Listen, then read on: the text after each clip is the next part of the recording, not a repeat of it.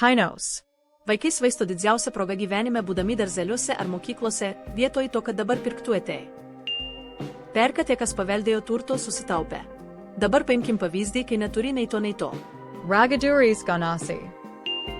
Kaip ir šaltibarščiai Palangoj, kol moka po 13 eurų, tol po tiek ir parduoda. Nemoks, siūlys pidžio.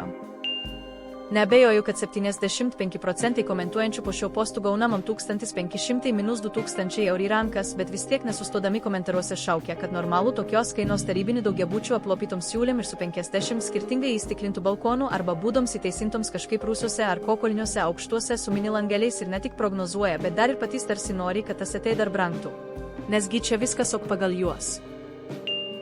4 aužara tai čia piguva. Mano kaiminystėje 16 prašo. Etei kainos visada yra kišenės gilio. Žmonės perka, todėl ir kaina tokia. Nėra ceka net diskutuoti.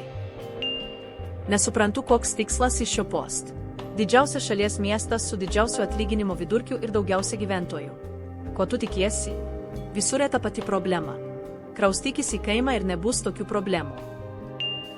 Būtų normalus atsakingas skolinimasis 40% pradinis ar pan, kainos būtų gerokai mažesnės. Dabar visa rinka ant skolos stovi. Idiotizmas konkretus Simo. Svarbu nekrenta, nes jei sostinėje tai kainos kris pradėtų, tai reiškia jau ekonomikai visiška šikna. Ta prasme kodėl? Yra paklausa, yra pasiūla ir yra kas moka. Elementary. O kas bus toliau, tai nėra svarbu, vis tiek neatspėsim. Jeigu kyla tokie klausimai, tai taip pat galima savęs paklausti, kodėl nesi tas, kuriam nėra problemų įpirkti tokius būstus. Visad lengviausia kaltinti kitus kainas, valstybę ar dar ką nors. Nes apie 30% naujo atei superka per pardavėjai, taip dar labiau didindami paklausą ir pūsdami kainas. Geriausias laikas pirkti atei yra dabar. Bomžas buvau, kai įperkama buvo ir toliau palyginus lieku bomžų, kuris neįpirks nieko. Kas bus toliau? Vyresnės kartos žmonės paliks turtą vaikams, nes niekam negalės parduoti, nes niekas neįpirks. Jų vaikai tikriausiai vaikų nesusilauks, numirs ir liks daug vaiduoklių namų, kurios perims valstybė ir per išvaržytinės parduos. Tai kažkada feudalizmas irgi buvo normalu. Bus kaip užsienį. Landlords and tenants for life.